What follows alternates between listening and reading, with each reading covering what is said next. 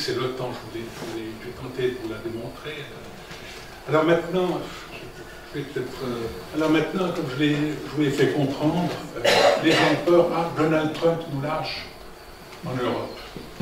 Alors bien entendu, on a le président Macron qui se sent des ailes, et puis veut reprendre la direction de l'Union européenne, enfin de la défense européenne. Voilà. Ça, c'est ma vue des choses. Je viendrai après sur la vue d'autres.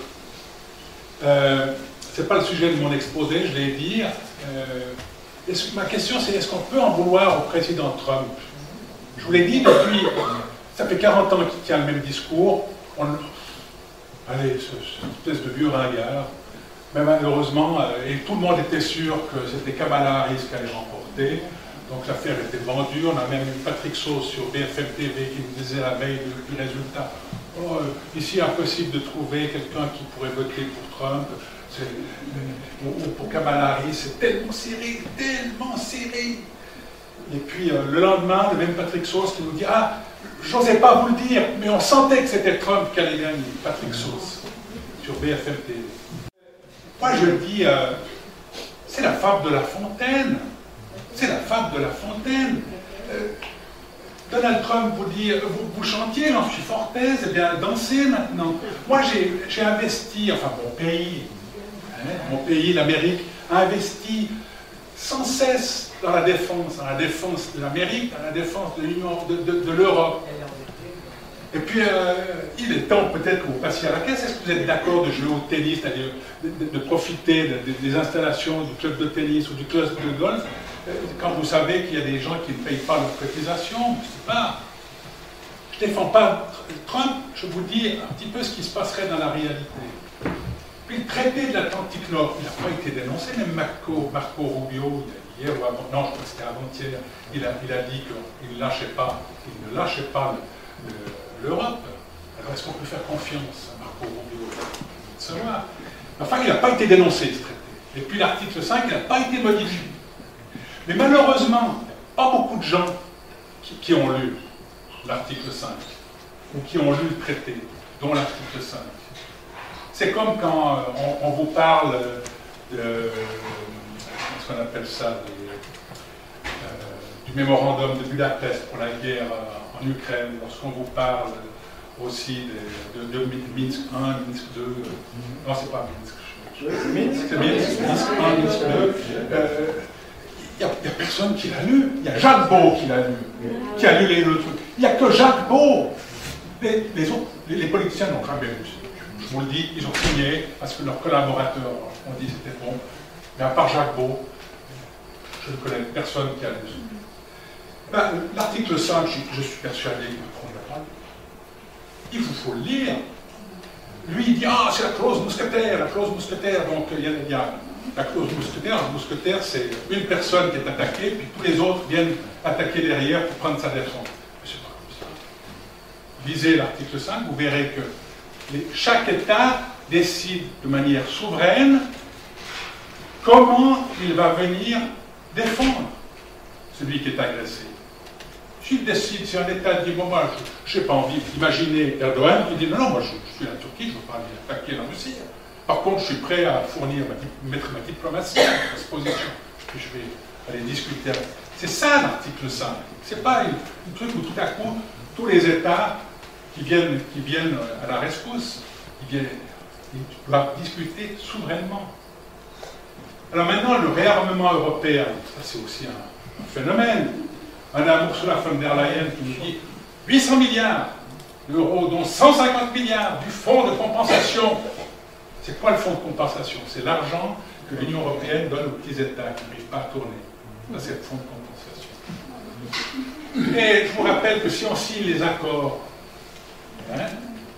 si la Suisse elle signe, elle va verser 350 millions de 2030 à 2036 dans le fonds de compensation. Et comme elle l'a déjà prévu qu'elle mettrait le fonds de compensation pour le réarmement de l'Europe, ne croyez pas qu'elle va venir mettre de l'argent pour la Suisse, elle n'est pas. Et puis rien ne nous dit que ça va rester à 350 millions. Si vous croyez ça, ma petite fille qui a bientôt 4 ans, elle croit aussi au Père Noël. L'autre, ça date de 2022. Donc la guerre avait déjà été déclarée. Et ce général français, qui est Allied Command, qui est l'ancien commandant de l'Allied Command Transformation, Allied Command Transformation, c'est ce commandement unifié américain de l'OTAN, pardon, qui étudie la guerre du futur. À quoi elle va ressembler? À quoi va ressembler donc notre armée? Voilà, ça c'est Allied Command Transformation. Nous avons un représentant, un militaire suisse qui est dans ce commandement unifié. Lui, il dit clairement, en 2022, il n'y aura pas d'armée européenne, il n'y a pas de duplication des structures de commandement existantes dans l'OTAN. Alors vous pouvez rêver au réarmement de l'Union européenne. Et puis l'Union européenne va se concentrer sur la gestion de crise. C'est exactement ce que Macron veut faire. C'est-à-dire mission de maintien de la paix, mission de rétablissement de la paix, puis opération de stabilisation à la fin des conflits. Fin du conflit Ukraine-Russie, il veut absolument envoyer des troupes là-bas. Alors tant que c'est le maintien de la paix, ça va, mais rétablissement de la paix, il y a des balles perdues. Hein. Voilà. Et puis ensuite, vous avez Bruno Tertrais. C'est un attentiste convaincu. Chaque fois que vous citez le général de Gaulle, il va vous dire, même si vous lui sortez une citation du livre, il va vous dire la citation est fausse, la citation est incomplète, la citation a été retirée de son contexte textuel, la citation a été retirée de son contexte historique. Enfin, Bruno Tertrais est un atlantiste convaincu. Alors lui, il dit, pour qu'il y ait une défense européenne qui se crée, eh bien, il faudra qu'on mette les structures de commandement de l'OTAN à disposition. Il faudra qu'on reprenne ça, et ça m'étonnerait que les Américains mettent ce commandement, ces structures de commandement à disposition du président Macron. Voilà.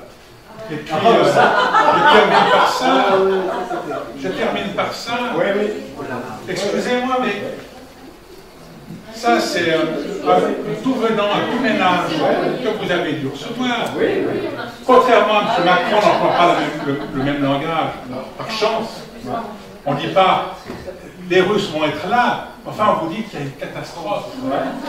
Et puis, si vous avez lu le Blick il y a 2 jours, 3 jours, eh bien, il dit clairement qu'il ne faut plus compter sur l'armée parce qu'elle manque de matériel, elle manque de personnel. Et puis, mais vous avez la Banque cantonale de Lucerne qui commence déjà à spéculer sur le réarmement européen. C'est le sort à emprunt. Vous avez le pouvoir, c'est dans 24 heures. Voilà. Pour terminer ma réponse, on a la peur du petit. Au lieu de se dire, je ne dis pas qu'on doit faire pression contre les Américains, c'est peut-être perdu. Mais je pense, c'est personnel, que le Conseil fédéral a raison de dire, on prend le temps de réfléchir. Moi, je me souviens, quand j'étais à l'armée, j'avais un commandant de corps qui me disait, es eilt, ich weile. La situation presse, je prends le temps de l'analyser. Voilà. Et je pense que... Mais la pression, elle est très forte. Elle est très forte de l'Union européenne, très forte de l'OTAN. Voilà. Maintenant, il faut qu'on essaye de trouver aussi des échappatoires. Est-ce qu'on est obligé véritablement de commercer avec l'Union européenne? Est-ce qu'on est obligé d'aller s'aplavantir dans l'Union européenne? Est-ce qu'on est obligé de s'aplavantir? Non. Quels sont? Vous allez me dire, je suis pro-chinois. Oh non, non, non, non, non, je peux vous parler des opérations d'influence chinoise. Non, non. Mais il y a une chose où les Chinois sont très respectueux, c'est sur les traités. Ils n'ont jamais rien mis en question. Les Chinois. Pas seulement les Chinois, les Russes aussi. Mais je prends l'exemple chinois parce que qu'est-ce qu'on tape dessus? Donc, il faut qu'on trouve. Je pense, je vous l'ai dit, je ne suis pas objectif quand je parle de M. Guy Parmelin, vous savez pourquoi. Mais je pense qu'il a raison d'essayer de trouver, de signer des contrats de libre-échange avec certains autres États. Tout le monde dit, ah, les BRICS montent. Alors, les BRICS montent, et puis on ne fait pas de traité de libre-échange avec ces gens-là. Alors, c'est que vous nous mentez si les BRICS ne montent pas. Voilà. Est-ce qu'on est obligé? Moi, je ne pense pas qu'on soit obligé. Et puis, tout le monde panique. Tout le monde panique. Oh, les bourses chutent. Je dis à mon cousin qui est gérant de fortune, il me dit, aujourd'hui, il me dit, donc, oui, les bourses chutent, mais tu as vu le prix de ton essence? J'ai dit, ah ben oui, j'ai pris l'essence ce matin. Elle est à combien? J'ai dit, écoute, moi j'ai la chance d'aller à Talence prendre l'essence, je l'ai à 1,63. Et aujourd'hui, il m'a dit, elle est combien? J'ai dit, 1,59. L'essence baisse. Voilà. Oui, bien sûr. Et puis, trouvons les échappatoires. Il n'y a pas que l'Union européenne ici, il n'y a pas que Washington, je ne sais pas. Ça, c'est mon avis personnel.